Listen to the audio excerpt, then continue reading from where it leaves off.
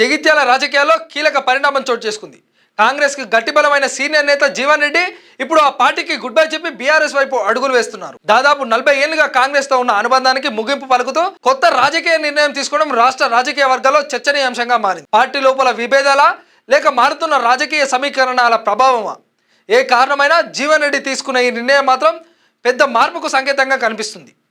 ఇప్పుడు ఆ రాజకీయ మార్పు వెనుక కథ ఏమిటి? జగిత్యాలపై దీని ప్రభావం ఎలా ఉండబోతుంది? జగిత్యాల రాజకీయాల్లో ఒక పెద్ద మార్పు చోటు చేసుకుంది. 4 దశాబ్దాలుగా కాంగ్రెస్ తో కలిసి నడిచిన సీనియర్ నేత జీవన్ రెడ్డి ఇప్పుడు ఆ ప్రయాణానికి ముగింపు పలికిండు. హస్తంపాటికి గుడ్ బై చెప్పి బీఆర్ఎస్ వైపు అడుగులు వేయడం ఖరారైంది. ఒక నాయకుడి రాజకీయ ప్రయాణం ఇంతకాలం ఒకే పార్టీతో కొనసాగడం చాలా అరుదు. జీవన్ రెడ్డి విషయంలో అదే జరిగింది. దాదాపు 40 ఏళ్లుగా కాంగ్రెస్తో ఆయన అనుబంధం కొనసాగింది. ఎమ్మెల్యేగా, ఎమ్మెల్సీగా పార్టీకి సేవలు ఎన్నో అందించిండు. జగిత్యాలలో కాంగ్రెస్ అంటే జీవన్ రెడ్డి, జీవన్ రెడ్డి అంటే కాంగ్రెస్ అన్నట్టుగా ఒక బలమైన గుర్తింపు ఏర్పడింది. కానీ రాజకీయాలు ఎప్పుడూ ఒకేలా ఉండవు కదా. సమీకరణలు మారుతాయి, నాయకత్వం మారుతుంది, ప్రాధాన్యతలు మారుతాయి. అలాంటి మార్పులే ఇప్పుడు జీవన్ రెడ్డి నిర్ణయానికి కారణమయ్యాయి. నా బాధ నాకు ఉంటుంది కదా, నాకు హ్యూమిలేషన్ నాకు ఉంటుంది కదా.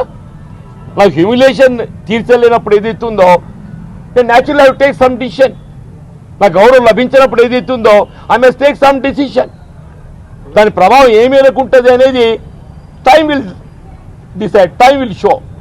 దాని ప్రభావం ఏ మేరకు ఉంటుంది అనేది టైం విల్ షో. ఇటీవల జరిగిన పరిణామాలు ఆయనలో అసంతృప్తిని పెంచాయి.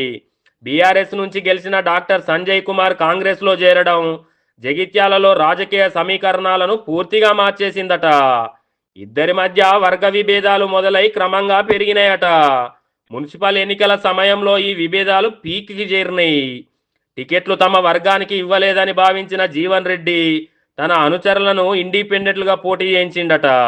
అందులో కొందరిని గెలిపించడం ద్వారా తన ప్రభావాన్ని మరోసారి చూపించారు జీవన్ రెడ్డి. ఇది ఒక్కటే కాదు, పార్టీ లోపల తనకు సరైన ప్రాధాన్యత ఇవ్వడం లేదనే భావన కూడా పెరిగింది. తన అభిప్రాయాలను పట్టించుకోవడం లేదనే అసంతృప్తి ఈ నిర్ణయానికి దారితీసింది. ఇప్పటికే రాష్ట్ర ప్రభుత్వంపై కూడా ఆయన విమర్శలు చేశారు. రైతుల సమస్యలపై కలెక్టరేట్ వద్ద నిరసనలో పాల్గొనడం ఆ అసంతృప్తి బయటపడిన సంఘటనగా మారింది. ఇక కీలక సంకేతం ఏమిటంటే తన నివాసంలో ఉన్న కాంగ్రెస్ ఫ్లెక్సీలను తొలగించడం. ఇది సాధారణ చర్య కాదు, ఒక పెద్ద నిర్ణయానికి ముందు మాటగా చెప్పుకోవచ్చు. ఆ ఫ్లెక్సీలను ఆయన ఆదేశాలతోనే కార్యకర్తలు తొలగించారట. రేవంత్ రెడ్డి గారు ముఖ్యమంత్రి కావాలి తప్పనిసరి. నేను కోరుకున్నా అంటున్నాను. భట్టి గారు ఉప ముఖ్యమంత్రి అయిండు, నేను కోరుకున్నా ఆయన కావాలని. మరి నీ మంత్రి కావాలనేటువంటి నాకు కోరిక ఉండకూడదా? నాకు అప్పుడు 20 మాసాల కౌన్సిల్ టర్మ్ ఉండే, 5 ఏళ్ళు ఒంటరి పోరాటం చేసి ఒక్కరిని నాకు పార్టీ పేర్ల చట్టం కూడా అడ్డం లేకుండే. వీళ్ళు ఏ పార్టీ పేర్ల చట్టం గురించి మనం చర్చిస్తున్నామో, నేను లోన్ మెంబర్ కాబట్టి నాకు పార్టీ పేర్ల చట్టం కూడా నాకు అడ్డం లేకుండే. అయినా ఏదైతుందో నన్ను పట్టభద్రులు ఏదైతుందో ప్రశ్నించే గొంతుగా శాస్త్ర మండలి ఏదైతుందో మా సమస్యలు లేవనెత్తులు మా పక్షం నిలబడి పోరాటం చేస్తామని చెప్పని నాకు బాధ్యత అప్పగించింది. నా బాధ్యత కర్తవ్యం నెరవేర్చాను. నేను బాధ్యత అనుకుని నెరవేర్చింది నేను. Thank you. కొబ్బరి నీళ్ళు బాబు. కాంగ్రెస్ నాయకత్వం నుంచి ఒప్పించే ప్రయత్నాలు జరిగిన జీవన్ రెడ్డి మాత్రం తన నిర్ణయంపై వెనక్కి తగ్గలేదు. కాంగ్రెస్తో నా ప్రయాణం ఇక్కడితో ముగిసింది అనే భావనతో ముందుకు వెళ్తున్నాడు. ఇప్పుడు బీఆర్ఎస్ లో ఆయన చేరికకు రంగం సిద్ధమైంది. ఈ నెల 18న ఆయన అధికారికంగా బీఆర్ఎస్ లో చేరనున్నాడట. జగిత్యాలలో బీఆర్ఎస్ కు ఇది ఒక పెద్ద బలం కావచ్చు.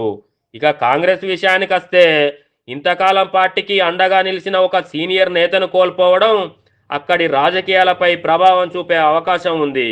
మొత్తానికి 4 దశాబ్దాల కాంగ్రెస్ ప్రయాణానికి జీవన్ రెడ్డి ఫుల్ స్టాప్ పెట్టి రాజకీయ కొత్త అధ్యయనాన్ని ప్రారంభిస్తున్నారు.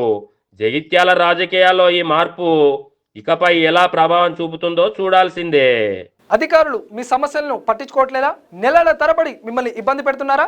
మీ సమస్యకు ఎవరు స్పందించడం లేదా? అయితే ఆలస్యం చేయకుండా వెంటనే క్యూన్యూస్ కు కాల్ చేయండి. సంప్రదించాల్సిన నెంబర్లు 8143001981. మీ తరపున మేం బాధ్యత తీసుకొని మీ సమస్యను అధికారుల దృష్టికి తీసుకెళ్తాం.